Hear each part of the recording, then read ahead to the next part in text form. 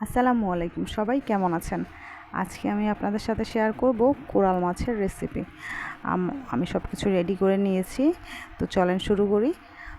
এই যে মাছ ভেজে নিব।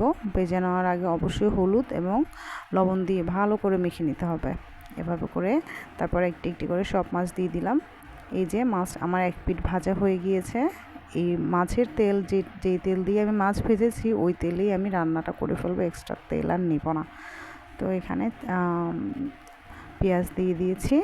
পেঁয়াজ খুব সুন্দর করে বাদামি কালার হওয়া পর্যন্ত অপেক্ষা। এই যে দেখেন, এভাবে করতে হবে। তারপর এখানে হলুদ মরিচ লবণ মিক্স করে দিলাম। সামান্য করে পানি দিয়ে সুন্দর করে কষিয়ে নিতে হবে। এ পর্যায়ে আমি কয়েক টুকরো টমেটো দিয়ে দিলাম।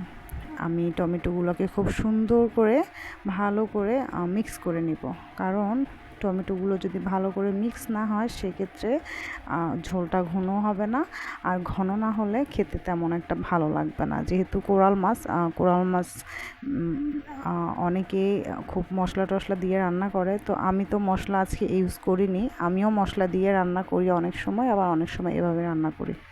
তো এই যে আমার প্রায় হয়ে গিয়েছে, এখন আমি পানি দিয়ে দিয়েছি। এর মধ্যে আমি মাছ দিয়ে দিব।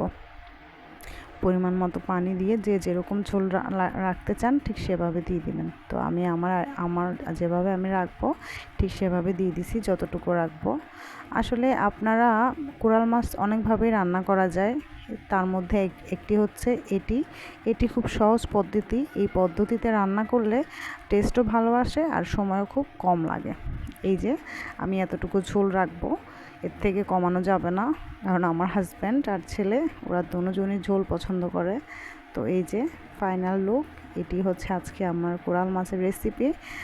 আপনাদের যদি ভালো লাগে আপনারাও ট্রাই করবেন, আর ভালো লাগলে অবশ্যই সাবস্ক্রাইব করবেন, ফলো করবেন।